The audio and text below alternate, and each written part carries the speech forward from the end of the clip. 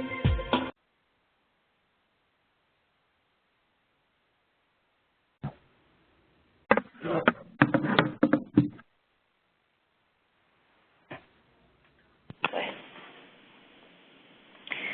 morning, everyone, and welcome to today's QI Power Hour session. This is Chelsea Schwartz, Provincial Improvement Consultant with the Health Quality Council. QI Power Hour is a free monthly WebEx offering hosted by the Saskatchewan Health Quality Council. QI Power Hour provides opportunities for colleagues across healthcare as well as other industries to hear from local and national improvement experts on a variety of quality improvement-related topics.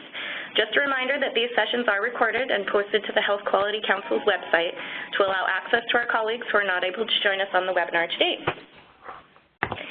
As we are using a teleconference line in conjunction with our webinar today, please note that we require all participants to mute their lines. Please do not use the mute function on your phone, as this sometimes results in music playing on the line. Please press *6 to mute your line and press *6 again to unmute if you would like to ask a question during the Q&A. I'll give everyone a moment now to make sure their lines are muted.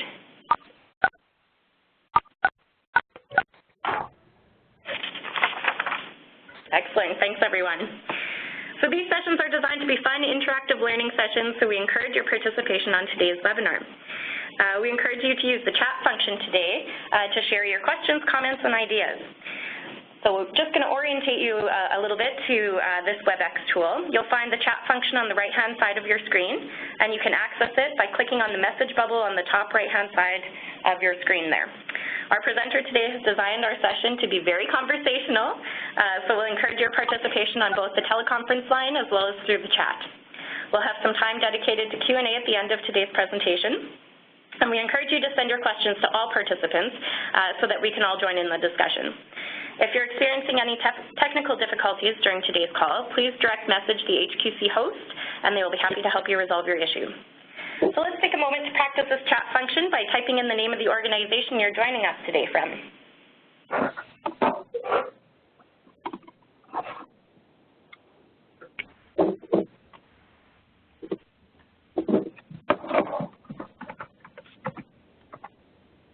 Thanks, Shalimar. So we have Kelsey Trail Health Region joining us, Prince Albert Parkland, Saskatchewan Centre for Patient-Oriented Research, Saskatchewan Cancer Agency, Ministry of the Economy, Ministry of Health. Excellent. So I'm glad to see that you've all found the chat function. So we also encourage you to use Twitter today as you listen to today's session to share your learning. So hashtag QI Power Hour and the handle HQCChanger. So in addition to representation from all 13 of our health regions here in the province, we've also seen participation from other healthcare agencies as well as other organizations with an interest in quality improvement. We've also begun to see spread to other organizations within Canada and even abroad. So I'd just like to take a moment to welcome everyone who's able to join us on today's QI Power Hour. So with that, I'm delighted to welcome today's speaker, Dr. Sheryl Mills. Sheryl has conducted research on organizational change and has Prosci training in the ADKAR model, but mostly she says she just loves change and loves sharing good ideas about change. So Sheryl works with the Gwen Moss Center for Teaching Effectiveness and in her spare time consults with a wide variety of organizations on change, leadership, developing effective teams, coaching and mentoring, but change is her favorite topic of all. So with that, I'll pass it over to you, Sheryl. Thanks, Chelsea. Good morning to everyone. We have a different kind of format today than I think most webinars have been in the series that I've watched, and I just wanted to change it up a bit, and that's the theme of today. It's changing it up a bit. And mostly, we go through so many changes, even in a day. When you think about how many changes you've made in your morning already, how many things have changed? You're in this location now, you started somewhere else, you've made changes to your appearance, you've changed what you put in your body has changed. The number of changes already are incredible. Many you're not aware of or you participate in a voluntary way, but take a moment right now and on a piece of paper, if you have one, or however you like to write down ideas, please list 10 changes you've made already in your day. From the time you got up to now, what's changed so far? Brainstorm 10 things.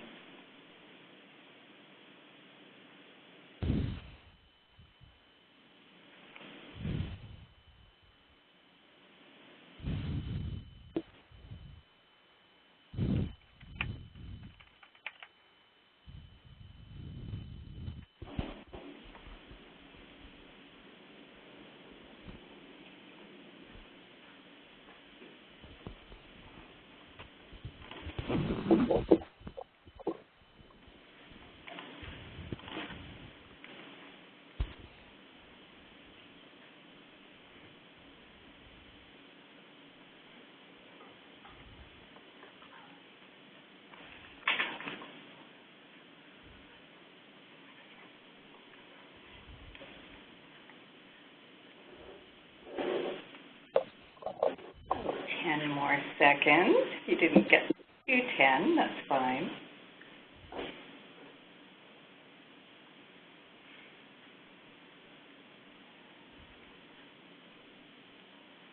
Okay, we'll get back to our time together. While you were brainstorming, I made one change already in my appearance, and I don't know if you notice it or not.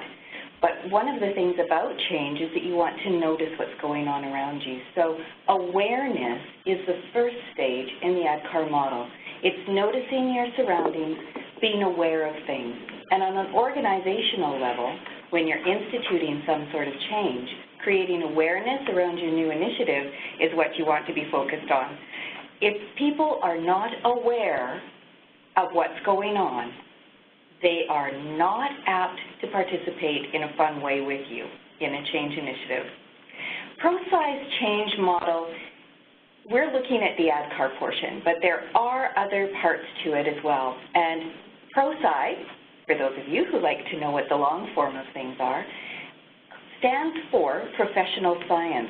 And the research that they have conducted on change is absolutely incredible, absolutely incredible. And that, to access that is so valuable, but guess what? The number one thing to block change is people not knowing about it. So lack of awareness at the personal level in any organizational change puts the brakes on that change right away. And much of the resistance that you do see to change initiatives is because people aren't aware.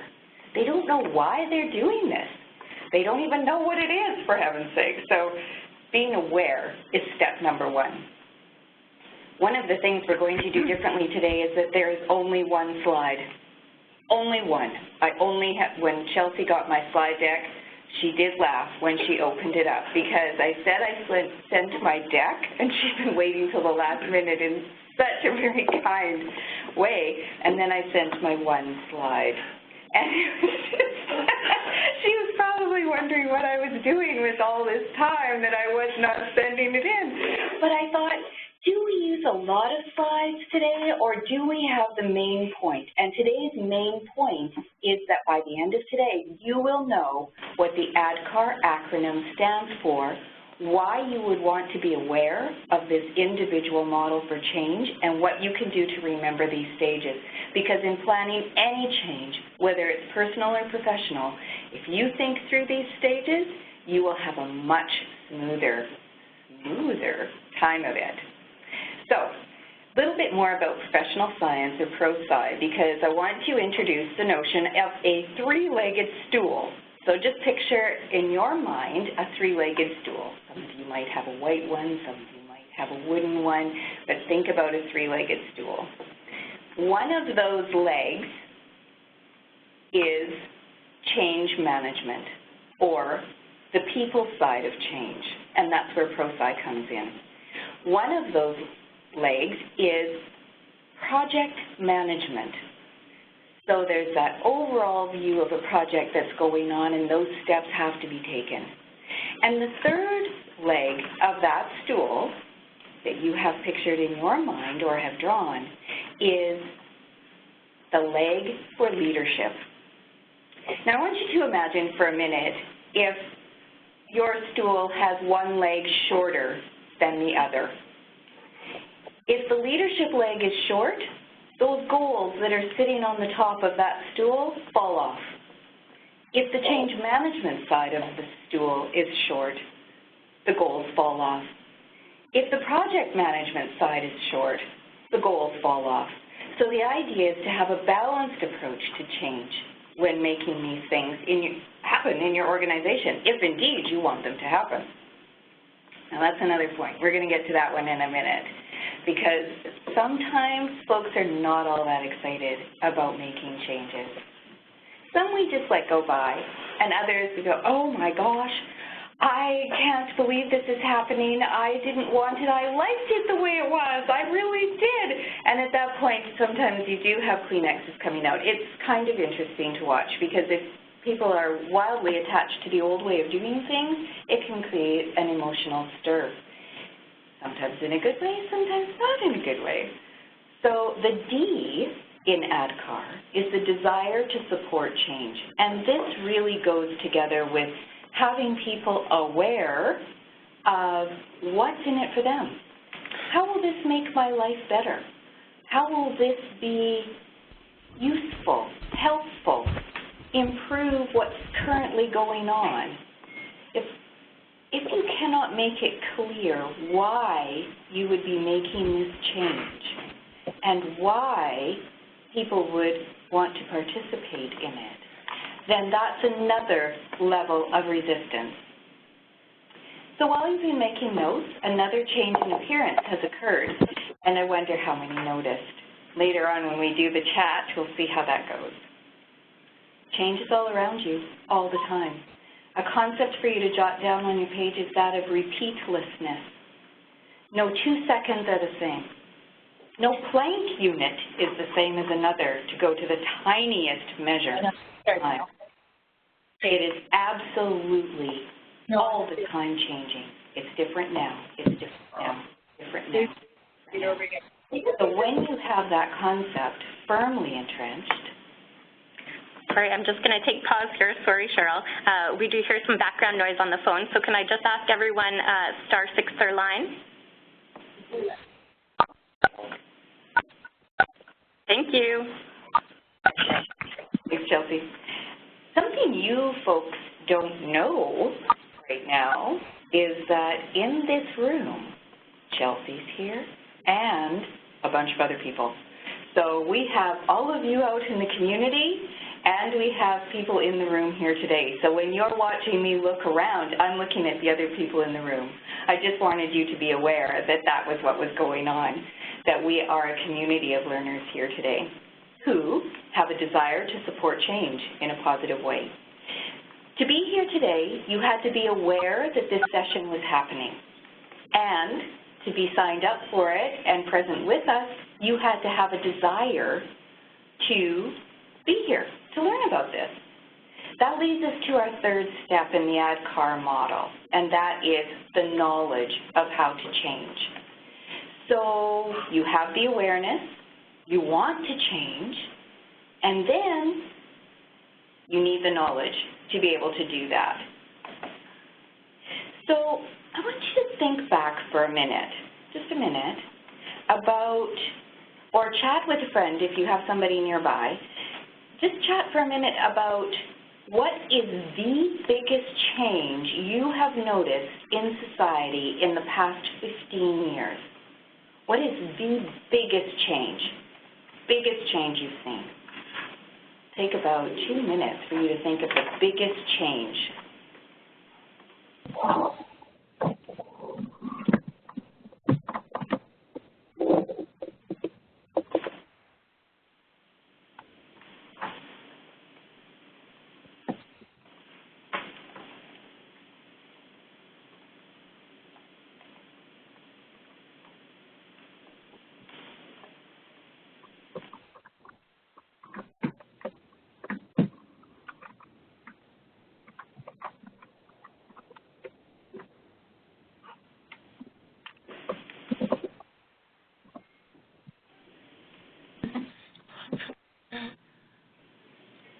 Chelsea, is it possible for people to respond with their biggest changes? Sure. So some of the things that we're seeing in the chat are internet and cell phones. lots of change with technology, cell phones versus rotary dial phones plugged into the wall. Social media, how we communicate, so a lot of common themes around the technological aspect of society changing. Thank you very much for that. That was when I was thinking about the biggest change that I've noticed in the past 15 years. Cell phones had to be at the top of the list.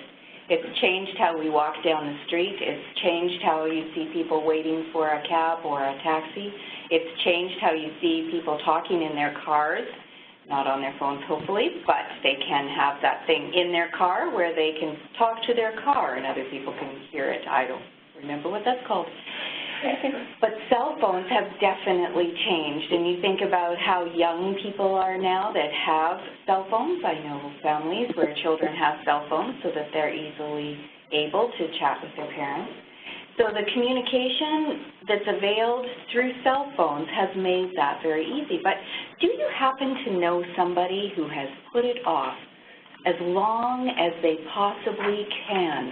They are still really faithful to that landline, and they are not, okay, maybe they've gone to an analog cell phone, maybe they're able to do that, but they can't send you a picture, or they don't want to send you a picture, or they don't want to get your picture. I don't know what it is, but there are some people who are waiting longer. Now, something that's happened in the past little bit is the analog phone will be phased out by the end of this June. So folks who have not bought into the other will have to make that change. So how are they doing this? They are now aware of the need for change.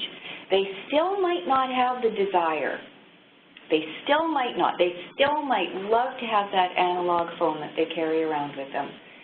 However, they do need to change, and they are now looking for how to make that change. So they're gaining knowledge.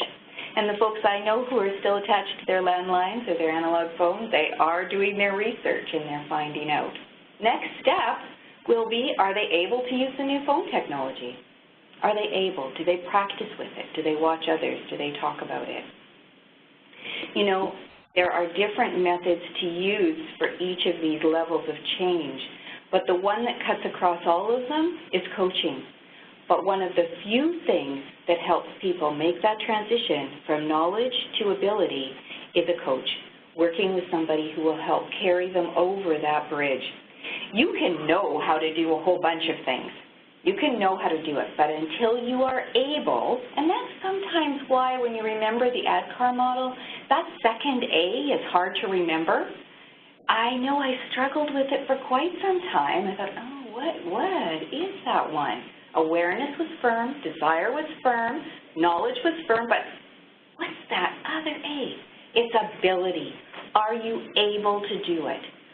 If somebody knows they have to do something, but they are not able, it forms another level of resistance to that change. So if you provide adequate training, support, coaching when a change is being made, then they can bridge that gap between knowledge to ability. I don't know if you noticed, but another change was made in my appearance while you were making the last set of notes.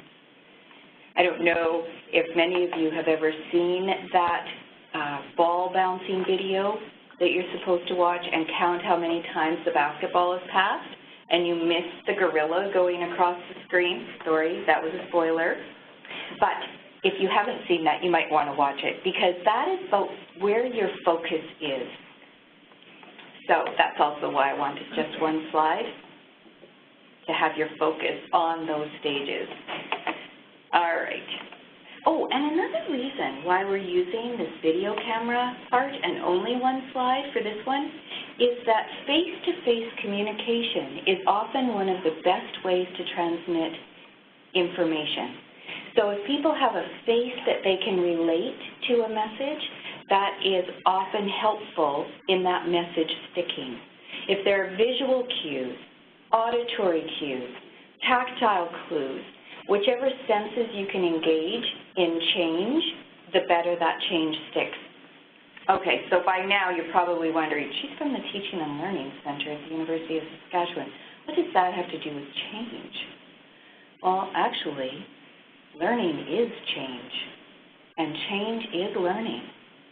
So those two things go together, change and learning. And anything you know about how people learn and how you learn is very useful when you are thinking about managing effective change projects in your organization or in your home or in your personal life. If you want to make a change, you are going to be learning something new, some new way of behaving, some new information that you can employ. Life is really just an action research project. It is try something, see if it works, try something else, see if it works. Make those design changes. Keep going until you get to that place where you think is optimal. So far we have awareness of the need for change, just to review our steps. Desire to support the change, or you want to know that it is meaningful. Why are we doing this? The knowledge of how to change. The ability to demonstrate those new skills and behaviors, so you need the training to be able to do that. And then the fifth step is the reinforcement to make the change stick. Now, this one, I'm pausing here for a minute because often organizations pause at this step. If they stop at ability and there is no reinforcement to continue the change, that change, whether people are able or not, will fall back to entrenched patterns. So just take a moment and jot down a change that you have been a part of where you notice that, I call it snapback, where it appeared that things had changed. Maybe you made a change in your eating habits, or you made a change in your exercise habits, or you started driving a new way to a common destination and you changed that. So write down a situation where that snapback happened and you found yourself back to an old way. Think about that.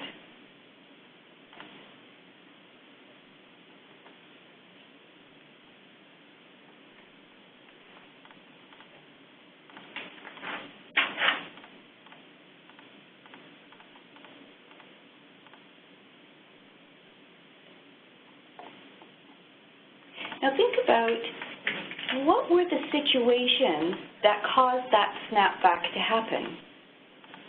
I have a particular preferred way of eating.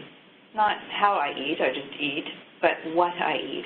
And I prefer to eat whole foods, primarily fruit. Now when I snap back is when there is birthday cake, or when there is a celebration of some sort and I'm socializing with others and there is a norm, okay? Then I find, it's a little easier to snap back. However, there are some things that I will not snap back on anymore, and because my values have aligned with the ability to do so, notice the alignment of values with the ability to do so, your desire to make that change is so strong that even in a situation where you might snap back, you don't, because there's an alignment of your thought, your values, and your action.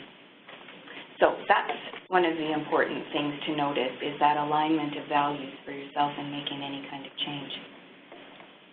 And speaking of change, while you were making those notes, something in my appearance changed again. And so if you were paying attention to the awareness of what's changing around you. You know, I do a lot of instructional coaching on campus.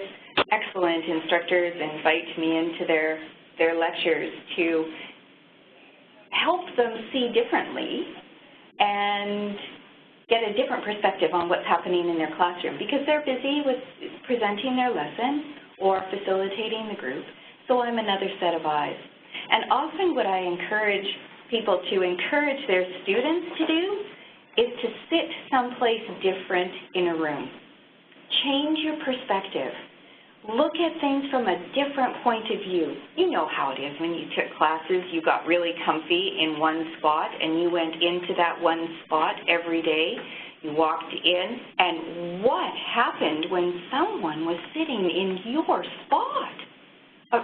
Think about how you felt when someone else had the nerve, the audacity to be sitting in your spot. Well, this happens all the time in different ways. Did somebody use your coffee mug? Did somebody make a change in your office? Did somebody pull into you your path in traffic? Like, your way forward, was somebody in the way? That's one of the things that causes resistance with change, is if you cannot see that you're moving together towards something, or you don't have that nimbleness to change perspective and think, okay, what if we did this differently? What would it look like if we did this another way? I wonder. That question, I wonder, is one of the best ways to start your brain thinking differently. How could I do this differently? One of the biggest resistant pieces with change is that it takes effort and energy to make changes. And that's why we have patterns and routines. We know when we get up we're going to do this, and this. You have a visitor in your house, that changes. Whoa, we're not doing things the same. What am I going to do now? Can I be nimble about it? That's one of the things about being a change enjoyer that is helpful, that you can see each of these as an opportunity to develop your nimbleness skills. So take a moment and jot down, now I think of them as pebbles under the shopping cart wheel that stop you. They just stop you. Your cart can't go any further. There you are. Cart is stopped. That's one of those things where you bump up against your own ability to be nimble or not. So think about a pebble that gets under your shopping cart wheel now and again with change. And again, I invite you to think about a personal situation because those are tinier units. So just take a moment and think about that. What stops you?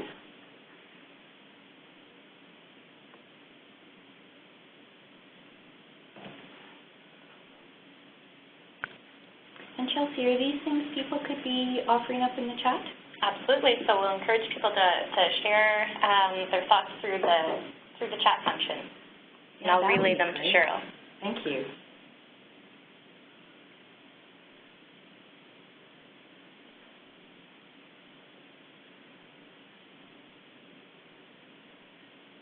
Establish patterns of behavior. Yep, be comfy with those.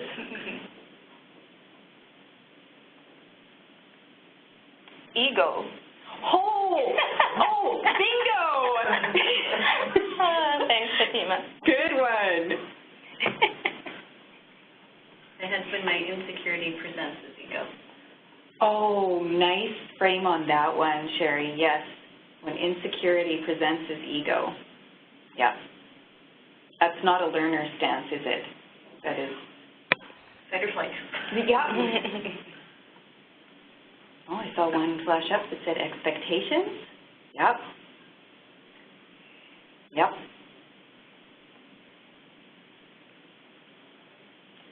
That, guilt.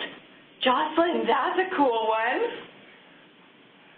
Yes, what if I do it differently? How will others feel around me? What's going to happen? Is that how I want? Oh, boy, good one, Jocelyn. You can see I'm catching on to the technology, folks. I know where to look now for these comments. It's awesome.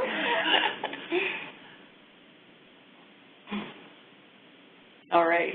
So those pebbles, knowing how to deal with them. And I'm just going to pick up on the one that you mentioned, Sherry, of flight, fight. Ooh, there's another one. That kind of guilt, Jocelyn, I see. Yes, what you should be doing, that balance between taking care of oneself and others. Yeah. So that I loved it when I discovered the third F. I knew about fight, I knew about flight, and then I had read about freeze, where people just stop. They're just deer in the headlights, they've stopped, and that's what that third one is. And then the fourth one I was quite surprised by, and then I could look around in my surroundings and in my own behavior. The fourth one is fawn, F-A-W-N. So that is also one to know about, different behaviors that people will use when confronted with change. So when you're looking at organizational change, if you start to see those behaviors, you know that that individual is really having a tough time with that change, and they'll demonstrate it by fighting. Could you unpack yeah, fawn? I had a question mark in my mind for that. Unpack fawn. Thank you, Chelsea, so much for telling me that. I really appreciate you asking that question now. That's just such a useful question. Is there anything else I can do to help you? I feel like you're trying to teach me something in this moment. Are you perhaps demonstrating a behavior? That was a demonstrated behavior of fawn. It is fawning as a technique is the smoothing of the ego of another. That would be the easiest way I could put it. And it's smoothing the ego of another so that they don't cause you any more discomfort. It's one of those tough ones, folks, especially if you've been a very polite person. Where's that line? Where is that line? So I could have run out of the room. I think that might have been, if I was trying to demonstrate flight, I wasn't going to attack anybody in here, so I wasn't going to demonstrate fight. The freeze, there was a demonstration of freeze, and then the fawn. But fawn really is something like over-complicating a situation. Over-complimenting, sorry, so that an over-complicated situation gets easier. Yeah. Those are the 4 defense mechanisms that are closest to the brainstem limbic system response. You know, maybe when I went to see a movie last night and there was a bank robbery in it, and the robber told people to lie on their backs and put their feet in the air and pretend they were a puppy waiting for their belly to be scratched. And I think that's also an example of fawning. Oh, look at me, I'm so cute. I'm so helpless. Please, please rub my belly. So that is also in that bailiwick of fawn behaviors. I encourage you to look that up. Just do a bit of a Google on fawning behaviors, because that is probably, well, that's the most recent one I discovered. And then when I found that, I went, oh, of course, I've seen that. All right, back to ADKAR.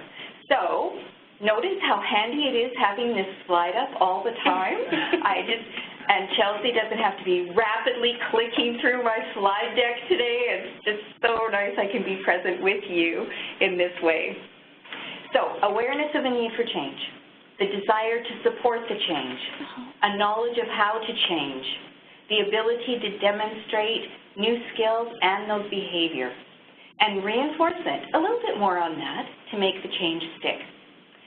I'm going to veer off a little bit. This is a power hour all on its own, but I'm going to put in a mini power couple of minutes on the technique for creating change called tiny habits.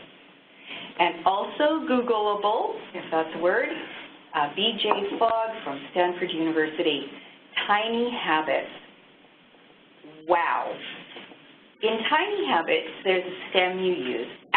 And this is the example he uses, is after I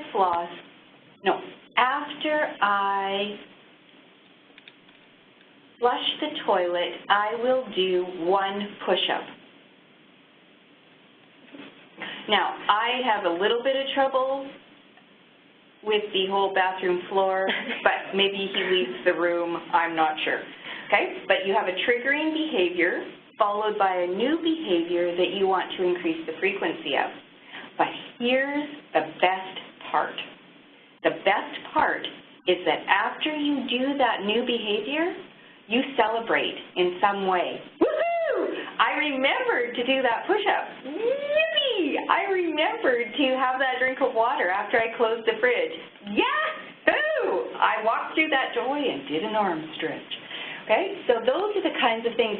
He found that that celebration, which sends a rush of hormones to make you feel good, that celebration locks in the new behavior. Well, that is probably my best favorite example of reinforcement.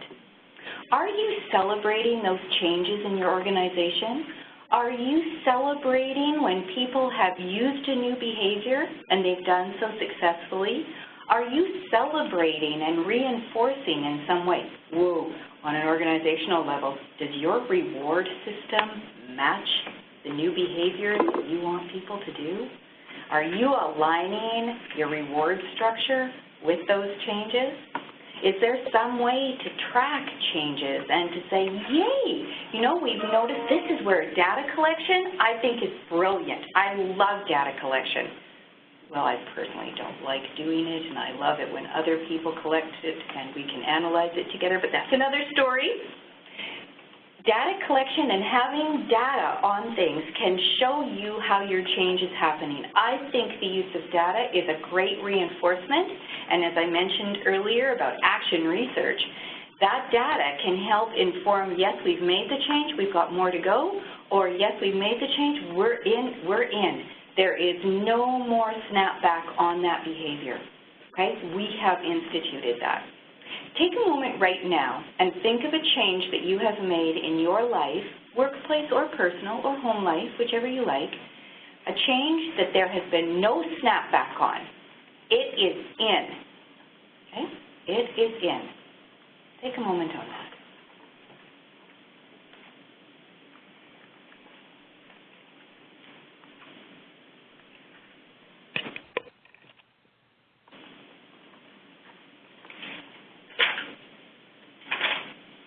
If you want to chat in what that change has been, if you don't feel it's too personal to share, that would be great.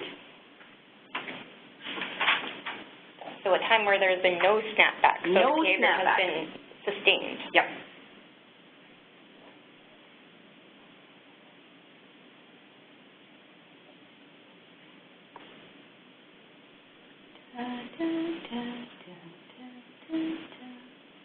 Yay! Way to go! No snapback on the smoking. Way to go!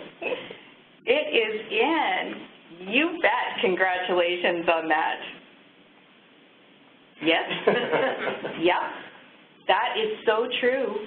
That snapback process, you can go back and forth, and then when that, by the time the desire is so locked in, you will not snap back again because you have made those changes. Sheryl, you indicated you had a question. So just thinking about this idea of celebration, and I think what tends to happen is not so much that we celebrate the new behavior, but we keep pointing out the old behavior, as in you're still doing it, right? And so to me, that's a real switch. Yes. When does it become normal?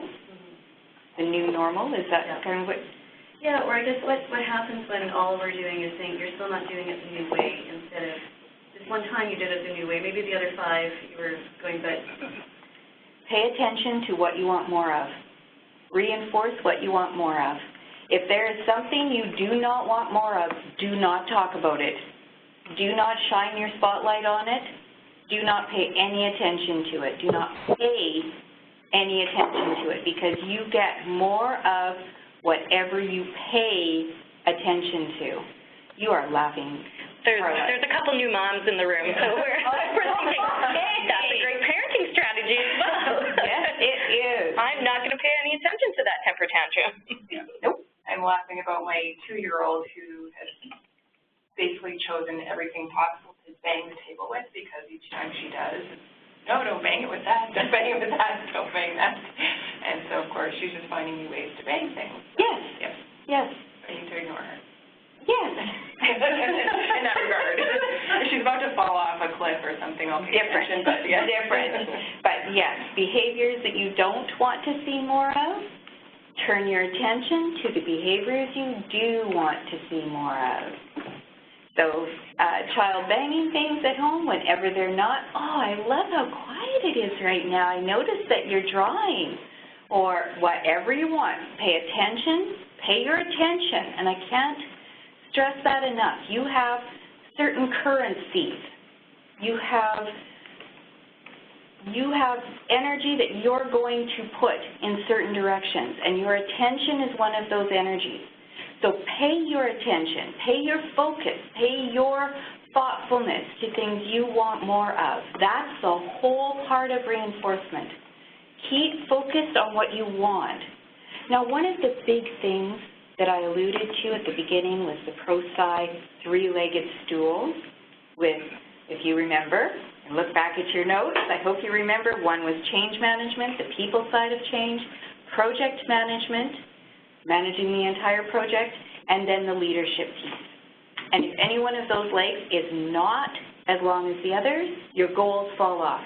One of the biggest, wonderfulest things for change to occur in organizations is when everybody has a shared goal. Oh my gosh, that pulls people together. A very simple example, and we don't even have to think about it today because it's going to be plus 26 here in Saskatchewan and sunny, so the snowstorm example isn't that useful today. But you know how it is when people work together to push a car out of a snowbank? Okay, they're not pushing in different directions. We don't have a few on the side who are trying to get it going that way. We're not, you know, we are pushing in one direction. Well, that's a shared goal. Clear, shared goals, hugely helpful for implementing successful change. A leadership group that keeps reminding you of those shared goals. Do you remember what the shared goal is? Because they're going to tell you that's part of reinforcement. Who is it? Howard Gardner, in his book Leading Change, talked about the best leaders of change have a strong, clear, persistent, concise message of the goal. And they will keep repeating it. So, back to my one slide for today, folks. I wanted to repeat the message. Organizations are collections of individuals. That's what we are. We make an organization together.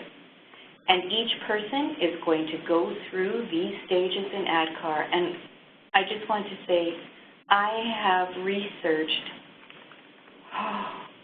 countless change models, starting with Kurt Lewin's model of the frozen state, unfreeze, rethaw. Well, all change models are basically that.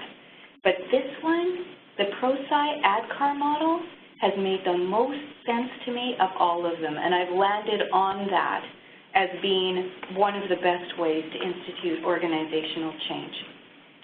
So back to the one slide, the one message. And yes, I saw something pop up earlier from someone about the book One Thing. Huge proponent of that. That's kind of like the tiny habits, making that one little change.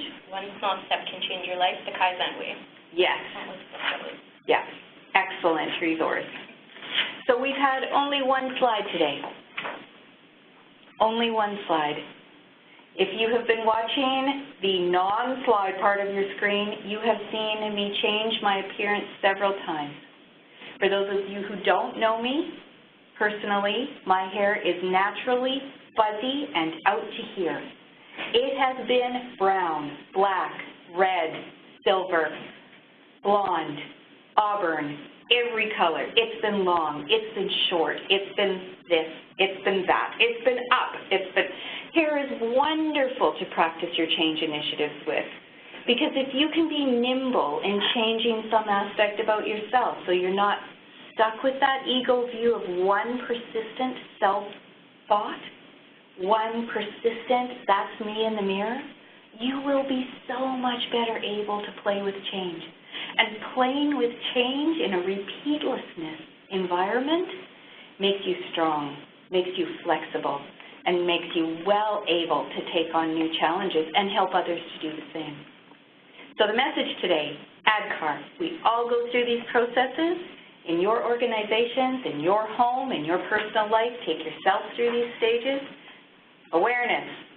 Yep, I know about the change. Desire, do I want to support that change, and why would I? What's in it for me? Do I have the knowledge of how to change?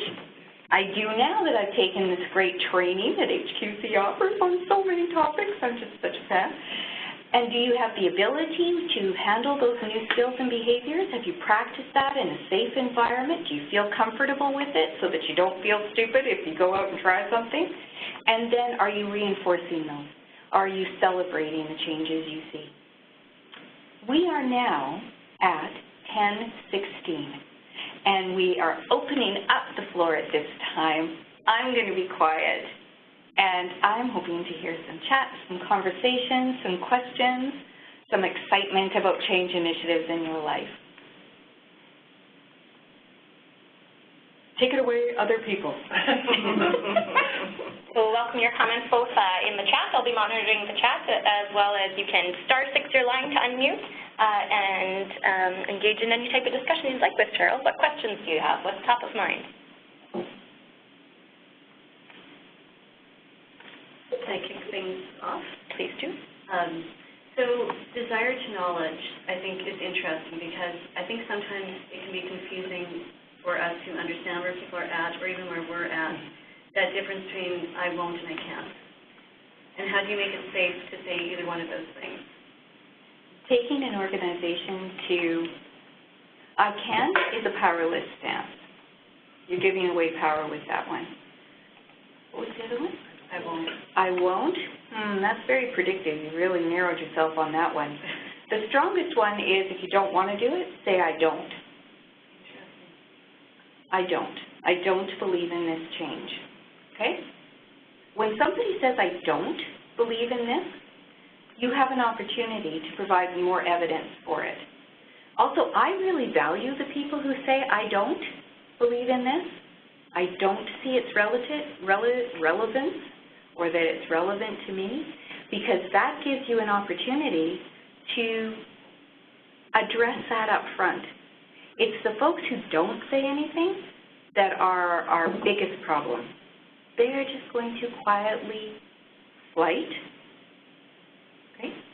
They may leave the organization. Sick days might increase. You just don't see them as much. They become invisible. They fade away. So if somebody's willing to say I don't and in a healthy organization, that's great. I can't and I won't, those are both powerless words, phrases. So how would you help someone move away from that? By asking, that's where the coaching comes in. And by the way, coaching happens at each of those levels. It's the only technique that works at all, because then you can ask questions. So if you have the opportunity to ask, why not? What's the stumbling block for you? Or as I asked you earlier, what's that shopping cart pebble under that wheel? Ask that. And keep focused on what you want. Do not give extra energy to the people who are resistors. Do not. Go with the goers. As much as you possibly can, go with the goers and celebrate. A question on the chat. I agree with the importance of clear shared goals. What should a person do when their organization's goals are not clear? Ask for clarification. Yep, keep asking for clarification. Brian, is there anything else that you want to unpack with that question?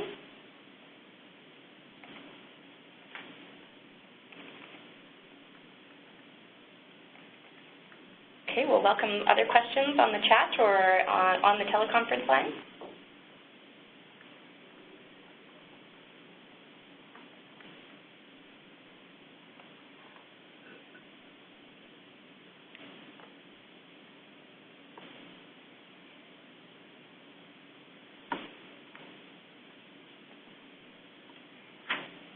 people are already slipping into Friday mode.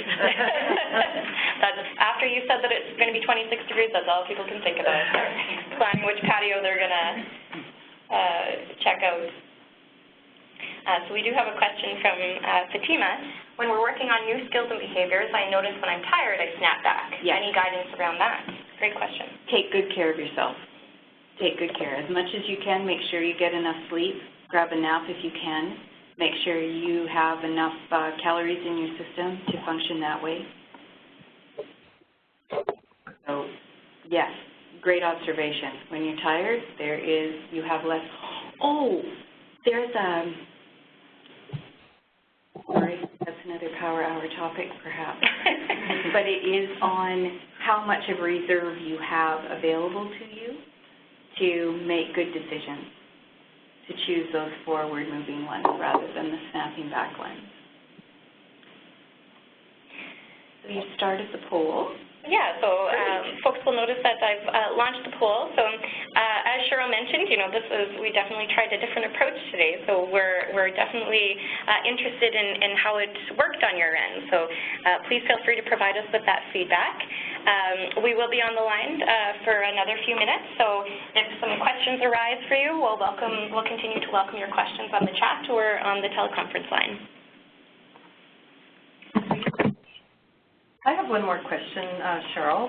When we're at the desire stage, helping people to land in a place where we want them to be interested about the change and feel that it would be beneficial, do you have any handy hints around that? How can you help people get there? I ask, how do you think this will benefit you?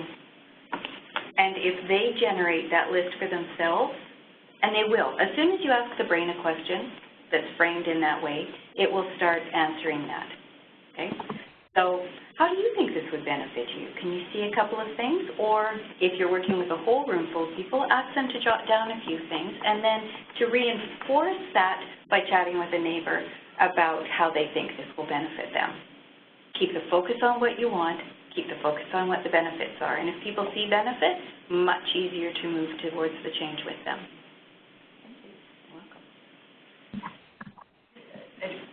Interesting your thoughts. I think sometimes we confuse telling with awareness. Oh, yes. They should know about it. Why are they resisting it? So I guess a little bit more, what does awareness really look like? And is it as short a process as we often hope it will be? For some people, it's very short.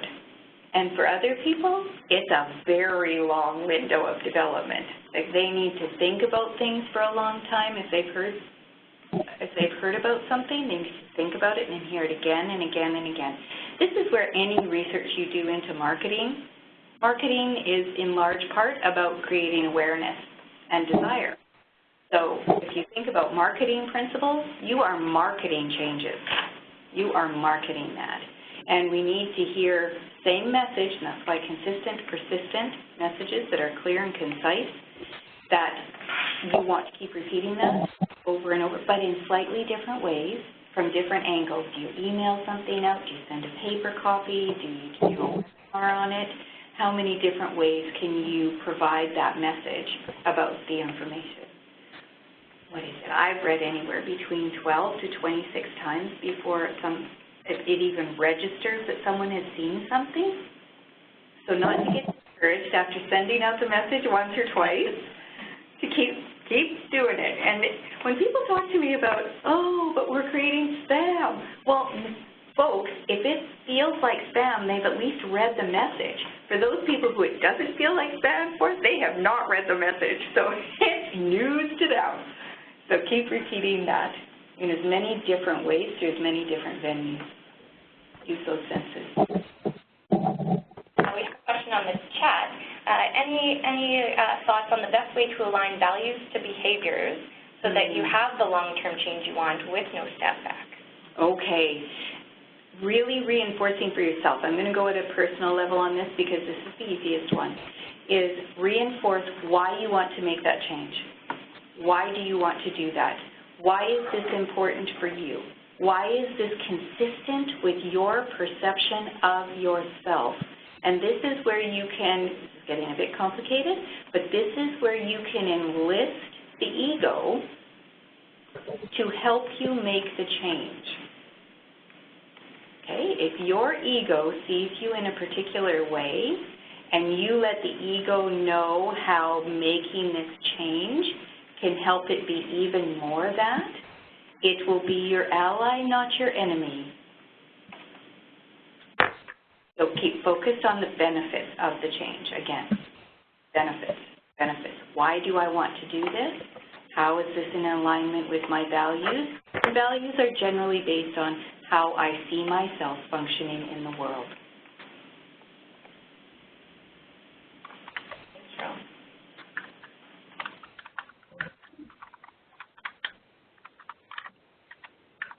I'll pause here for any final questions, and I'll encourage everyone to take a moment to provide us your feedback in the poll today.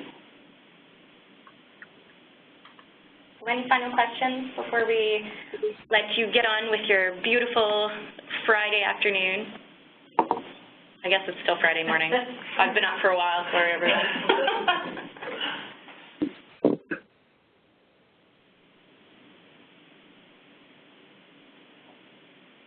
Great, well thank you so much for joining us today. Happy weekend, everyone. Thank you.